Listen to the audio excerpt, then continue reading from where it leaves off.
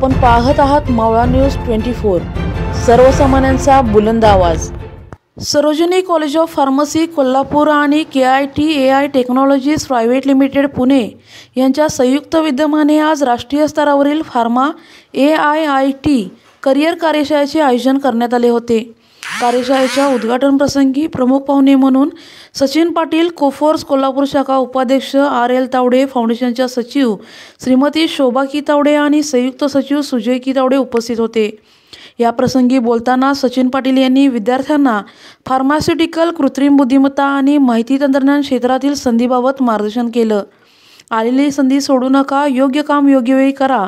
आजच्या काळामध्ये ज्ञान एक शक्ती आहे। कॉम्प्युटर भाषा शिका आणि तुमच्या फार्मसी क्षेत्रामध्ये त्याचा योग्य वापर करून तंत्रज्ञान आणि तुमची माहिती ज्ञान एकत्र करून त्याच्या आधारे पुढील भविष्य घडवा, असे विद्यार्थ्यांना मार्गदर्शन केले।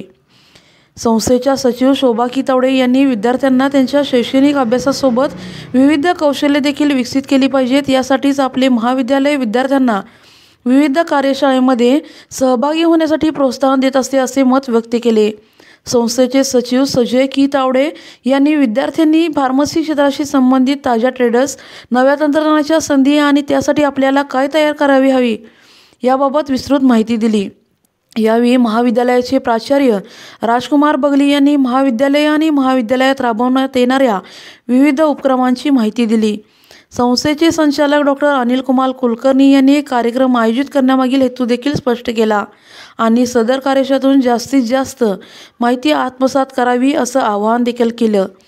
या कार्यशाळेत राष्ट्रीय व आंतरराष्ट्रीय स्तरावर कार्यरत असलेले गायत्री शार्दूल, संचालिका KITAI technologies private limited Pune, Piyush D Rajput, मुख्य कार्यकारी अधिकारी KITAI technologies private limited Suchita Shinde, Pratiksha Singh, Rahul Jagtap, Gayatri Pandit, Suraj Shinde आदी यांनी विद्यार्थ्यांना फार्मास्युटिकल इंडस्ट्रीतील अत्याधुनिक करिअर संधी, clinical research, medical coding, SAS software, data analytics आणि फार्माकोव्हिजिलन्स यासारख्या महत्त्वाच्या विषयावर मार्गदर्शन केले।